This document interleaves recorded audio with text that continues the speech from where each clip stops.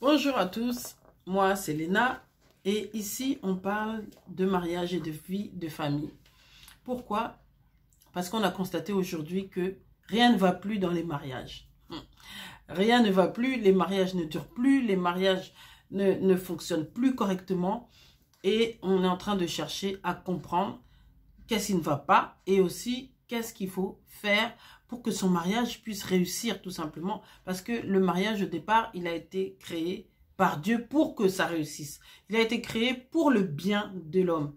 Quand le mariage a été créé, il n'y avait pas ensuite un autre plan derrière où Dieu a dit, bon, comme on n'est pas sûr que ça va bien fonctionner entre les deux personnes qui vont se marier, donc on va préparer un autre plan qui va s'appeler le divorce. Ce passage-là, il n'existe pas.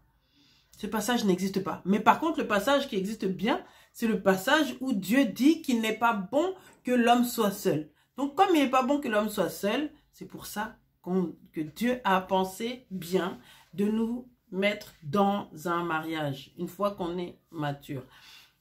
Mais aujourd'hui, c'est bien triste, vraiment moi en tout cas, je trouve que c'est triste de constater qu'on n'y arrive plus pour beaucoup. Ça ne va pas, ça ne se passe pas bien du tout. Alors, la première vidéo que j'avais faite, la précédente, on avait dit qu'il était important de réfléchir correctement, de pas seulement réfléchir, mais de bien étudier, d'analyser les choses avant de s'engager. Très, très important. C'est pour ça qu'aujourd'hui, j'avais envie de m'adresser, j'ai envie de m'adresser particulièrement aux personnes qui ne sont pas encore mariées. La première des choses, je répète un peu ce qu'on a dit dans la précédente vidéo, c'est que Dieu a créé le mariage. Il n'y a aucun président dans le monde d'avant, d'aujourd'hui et même de demain, personne d'autre n'a créé le mariage à part Dieu. Ça veut dire quoi? Ça veut dire qu'en fait, moi je pense qu'il est bon de consulter en fait. Lui, c'est le concepteur. C'est lui le fondateur. Donc moi, je pense que la première des choses, c'est de pouvoir consulter le fondateur. Pour ceux qui sont déjà dans le mariage et qui n'arrivent pas à avancer parce qu'il y a une quelconque situation qui s'est présentée, c'est aussi le même conseil que je vous donnerai. Il faut consulter le fondateur, le véritable fondateur du mariage, c'est Dieu. C'est Dieu qui l'a créé. Voilà, on ne peut pas créer... Moi, j'ai l'impression que ce qu'on vit aujourd'hui, ce sont comme des imitations. Parce que l'origine, le mariage d'origine, selon ce que Dieu avait prévu, c'était celui qui nous gardait unis. C'est un mariage pour la paix, pour la joie, pour l'amour, pour l'harmonie et pour l'unité. C'est le mariage de Adam et Ève. Adam et Ève, si vous regardez bien, même si Ève avait fauté, on n'a pas vu après Adam dire, oh, en tout cas, à cause de toi, on nous a chassés, Dieu nous a chassés du jardin, tout ça là, maintenant moi je vais divorcer. Adam n'a pas divorcé, il n'a pas divorcé. Et ça c'est vrai que c'est bien de le noter quoi quand même, parce que ils ont quand même perdu beaucoup, et nous aussi d'ailleurs finalement. Donc ils ont perdu beaucoup, mais Adam n'a pas divorcé. Adam est resté avec Ève, et ils ont fait des enfants, ils ont bâti leur famille. Donc voilà, et pourtant il aurait pu. Donc voilà, la première des choses que moi j'ai envie de dire aux personnes qui sont pas encore, qui ont envie de se marier, qui ont à cœur de se marier, c'est normal d'avoir, moi je trouve même que c'est important d'avoir envie de se marier, parce que c'est quand même, Dieu nous a constitués comme ça, on a besoin de se marier, on a besoin d'avoir quelqu'un, puisque Dieu dit qu'il n'est pas bon que l'homme soit seul. Alors, qu'est-ce que j'ai envie de vous dire? Consultez le fondateur. Si votre voiture ne fonctionne pas, vous allez aller l'emmener chez celui qui l'a fabriqué. Même si vous pouvez aller chez le mécano du coin, il ne va jamais la réparer aussi bien que celui qui l'a fabriqué. C'est vrai. Donc ça, c'est la première des choses. Là, c'est de mettre Dieu en premier. On a besoin de se former. On n'a pas juste besoin de se préparer avant le mariage. On a besoin même de se former. Alors, ce qui serait bien, c'est de faire de Dieu votre premier formateur. Dieu devrait être votre premier formateur. C'est ça, c'est l'idéal, selon moi en tout cas. Alors voilà, la deuxième des choses que moi je vous conseillerais de faire si vous avez envie d'entrer dans le mariage, c'est de vous poser aussi les bonnes questions, de savoir pourquoi vous avez envie de vous marier. Il y a beaucoup de mauvaises raisons.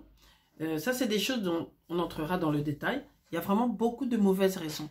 Là, j'avance, voilà, j'ai besoin d'avoir les papiers, il faut que je puisse, j'ai envie de me marier pour pouvoir aller vite avoir des rapports sexuels. J'ai envie de, voilà, voilà, ça fait longtemps qu'on est ensemble, donc voilà, maintenant il faut officialiser. Il y a beaucoup de mauvaises raisons et en fait, les mauvaises raisons déjà, ça prépare déjà le divorce en fait. Parce que vous savez que vous rentrez dans un engagement qui n'est pas bon en fait. Où les bases ne sont pas bonnes, les fondements ne sont pas bons déjà. Donc posez-vous aussi, soyez honnête aussi avec vous-même pour vous poser les bonnes questions. Pourquoi je me marie? Parce qu'il est beau? Non. Parce qu'elle est belle, j'aimerais bien tenir à mon bras une femme comme ça, elle est trop jolie. Ça n'est pas... ce ne sont pas des motifs. Donc, les bonnes questions. Posez-vous les bonnes questions et soyez honnête avec vous-même. Les bonnes questions aussi, c'est après pourquoi se marier, pourquoi j'ai envie de me marier. C'est aussi, est-ce que je suis prête? Le mariage, ça, c'est un engagement. Moi, derrière le mot mariage, je vois tout de suite après, c'est l'engagement, en vérité, un mariage. Et ça, c'est aussi quelque chose dont il faut prendre conscience avant d'entrer. C'est un engagement. C'est un engagement que tu prends pour toujours.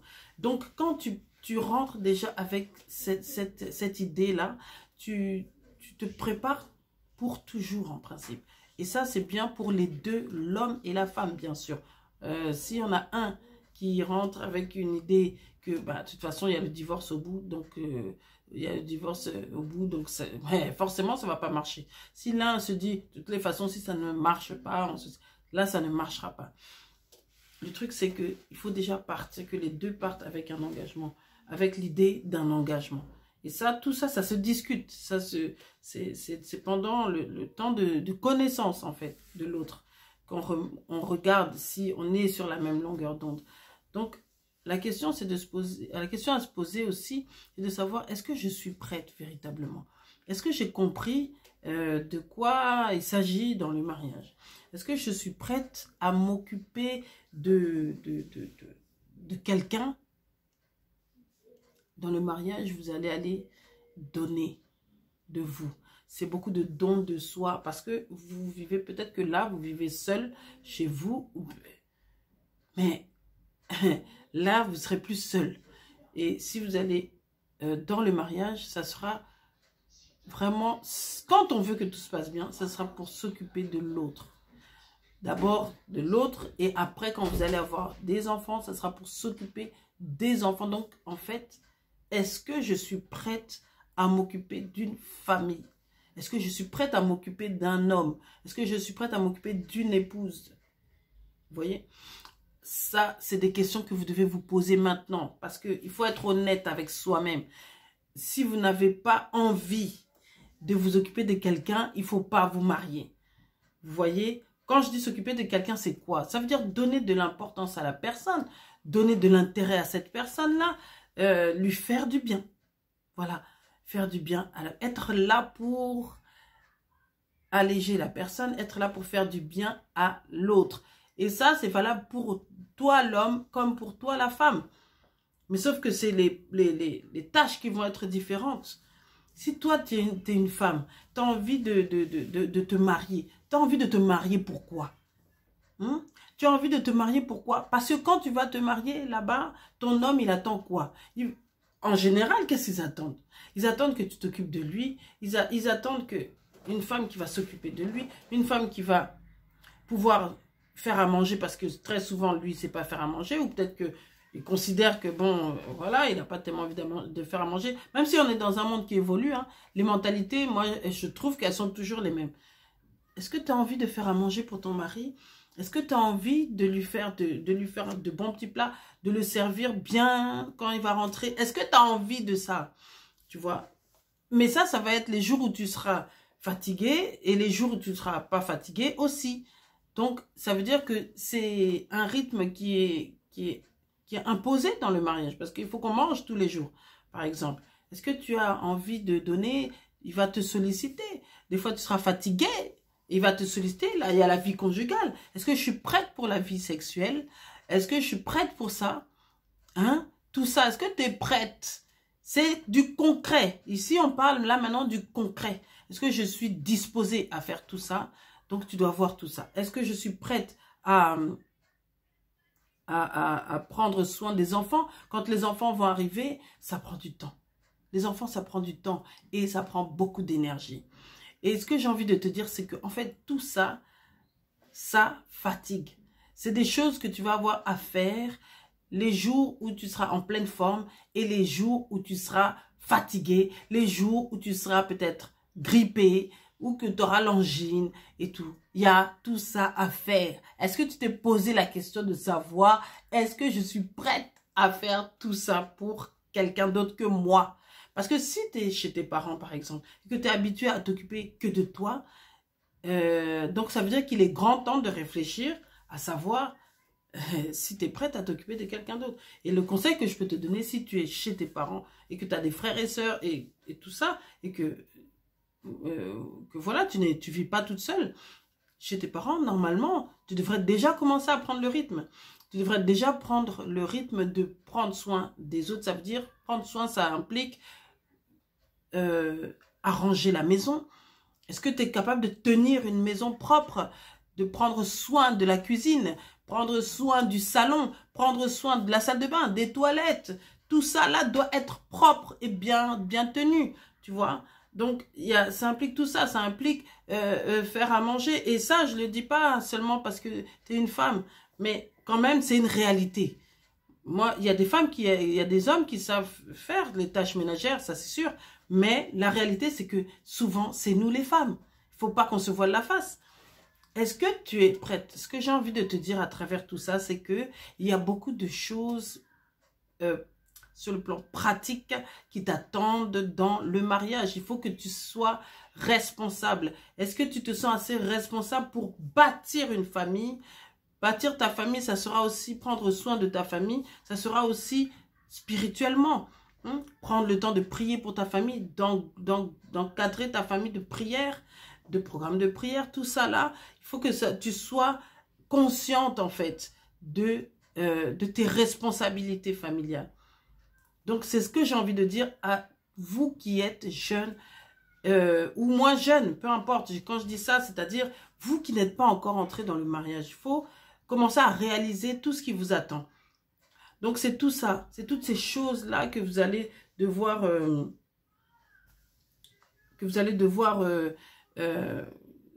auxquelles vous allez devoir faire face. Moi, je trouve que beaucoup de personnes qui entrent dans le mariage ne sont pas du tout prêtes à ce qui va se passer. Hein? Et donc, on a un grand besoin, franchement, de se former avant d'entrer dans le mariage, selon moi, en tout cas. Je comprends difficilement qu'on puisse... entrer dans le mariage, et pourtant c'est ce que la majorité des gens vivent. Hein. On entre dans le mariage, mais on n'est pas formé. On n'est pas formé. Et ça, particulièrement, je vois que c'est un problème chez beaucoup de gens au niveau de la vie sexuelle aussi.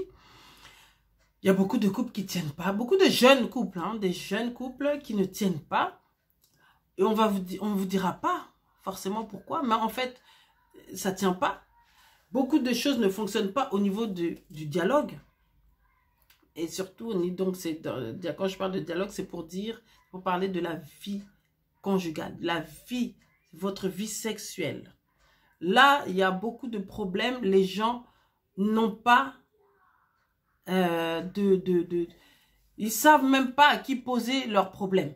Ils se retrouvent avec des problèmes qui n'arrivent pas à régler et qui concernent leur vie sexuelle. Moi, je trouve que beaucoup de problème se trouve à ce niveau-là, sauf qu'il n'y a personne pour en parler.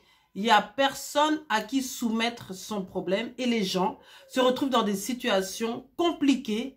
Les gens ne s'entendent plus, ils ne s'attendaient pas à ça. Et puis finalement, au bout d'un an ou 2 ans, ben, ils se disent, ben, écoute, c'était pas ça, moi, voilà, je veux plus et tout ça. Mais seulement, ils ne peuvent pas vous dire que c'est ça le problème. Vous voyez? Donc, c'est pour ça que vous avez besoin d'être plein de complicité avec l'autre.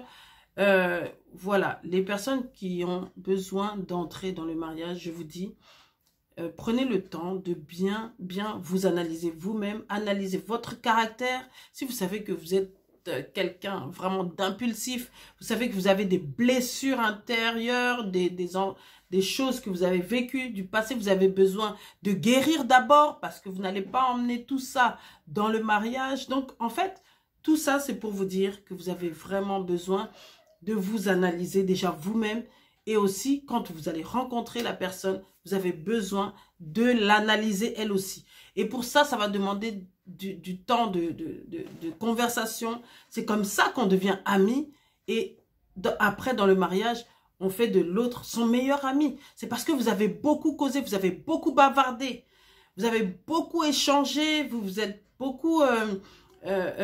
vous êtes posé beaucoup de questions, vous avez beaucoup rigolé, vous êtes, voilà, je veux dire, l'atmosphère, vous avez réussi à détendre l'atmosphère sur des questions compliquées, des fois les questions d'argent aussi, comment est-ce qu'on va gérer notre argent.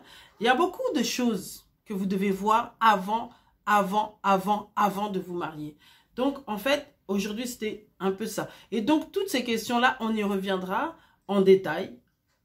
Maintenant, pour parler maintenant des solutions, de quelles solutions possibles pour les différents aspects dont on a parlé. Voilà, ça c'était la fin de l'introduction quand même, se termine et on va entamer sur les réponses en fait. On va chercher tous ensemble des solutions. Dans les commentaires, vous pouvez également parler de thèmes, de sujets quoi, que vous avez constaté justement comme difficulté. Enfin, parlez de ce que vous avez sur le cœur, tout simplement. Donc, je vous remercie d'avoir suivi la vidéo et on se voit dans la prochaine vidéo, bien sûr. Je vous invite vraiment à me suivre, à partager mes vidéos et qu'on puisse ensemble vraiment avancer, soutenir des gens qui ont besoin de réussir leur mariage, des gens qui ont besoin d'entrer dans le mariage et des gens qui ont besoin d'être fortifiés dans le mariage. Voilà, je vous ai dit, je vous répète ici, on est des gens qui veulent bâtir des mariages triomphants. On est là pour abattre le divorce avant de mettre le pied dans le mariage. Donc, ça me fait vraiment plaisir d'être là. On va parler de beaucoup de choses et on va gagner. Voilà. Je vous dis à très bientôt. Bye bye.